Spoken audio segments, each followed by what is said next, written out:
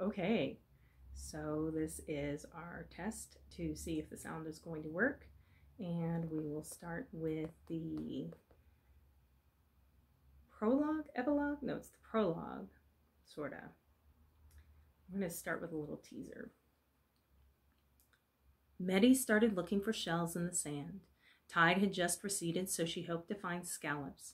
Unlike in the shallows, where they often laid on the ocean floor, their pink shells softly glistening and their mouths half open, waiting to gather food, here they had to sink deeper into the sand and remain in wait.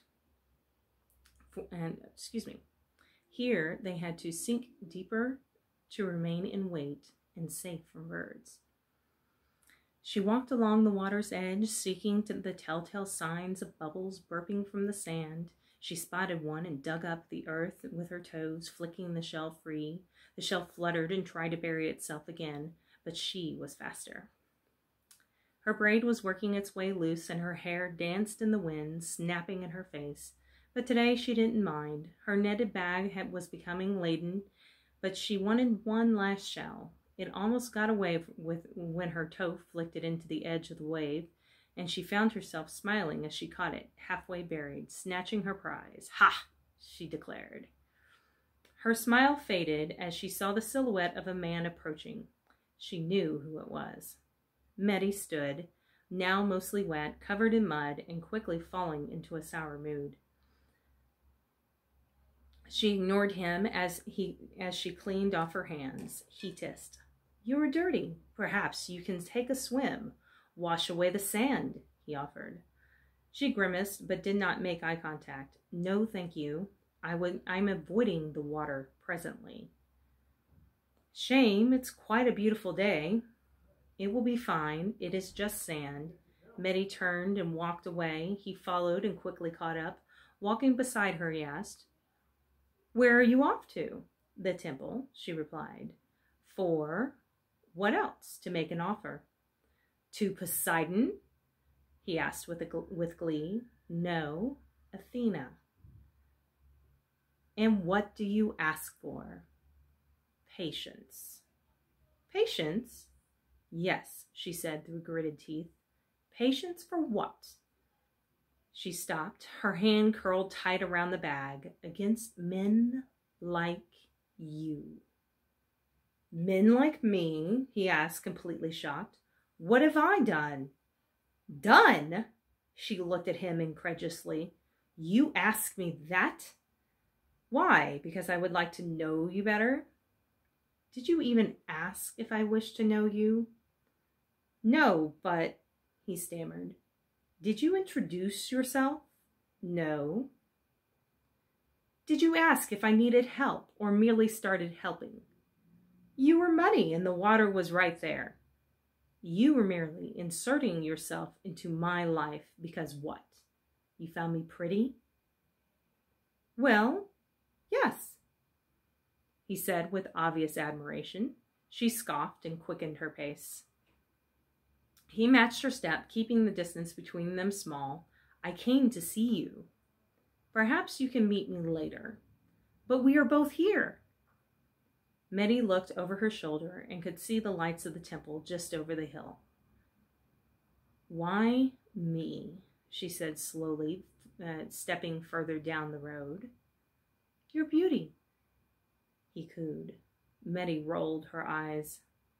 "The legend of your beauty has crossed mountains and seas. Skin smooth as a pearl, hair long and so dark you could get lost in it. And eyes," he moved closer, his voice dropping low, "that pierce the soul." She cautiously nodded, sensing imminent danger. She stepped back, but her foot slipped, causing her to stumble and fall against a tree. In an instant, he was pressed up against her, and his own breath quickened with anticipation. "I am a daughter of Athena. My duty is to her and no other gods." His hand entwined in her hair. "That is fine." She cringed, feeling his lips run across her neck. "She isn't here," He pressed her hard against the tree and grabbed her face, his mouth groping for hers. She fought his kiss and could smell his sweet, sticky breath. She spat at him. He growled at her, furious, and again tried to kiss her. Medi struggled under his great strength, but her hand was still clutched around the bag of scallops. She swung the bag at his head with all her strength, and when his hold loosened, she ran.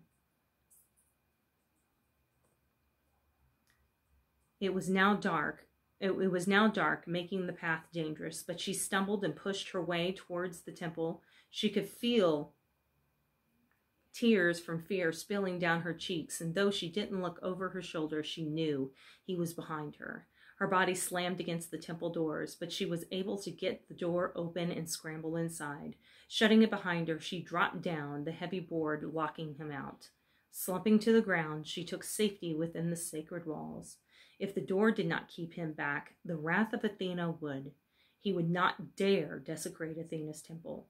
Her body shaking, she finally let go of the bag and stood. She walked over to the altar to give thanks when a great explosion hit her in the back. It blew her body up against the feet of Athena, throwing her into the raised stones. She felt a sickening crack and searing pain. Shards of wood rained down around her and embedded in her skin from the explosion. Trembling from the pain, she turned back towards the entrance and saw a massive horse standing in the doorframe. Light sparked from its hooves, and the earth shook with each clop as he walked towards her. She was frozen in fear, breathing heavily from the intense pain. The horse's head lowered and exhaled hotly on her face.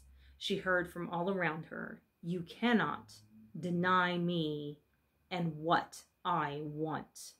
The horse slowly transformed back into human form. "Please don't," she croaked, her voice strained from the pain. "This is the house of Athena. I am a daughter of Athena. Would you anger the goddess of war?" He grinned, grabbing her legs and pulling her closer. "She will forgive me. She always does."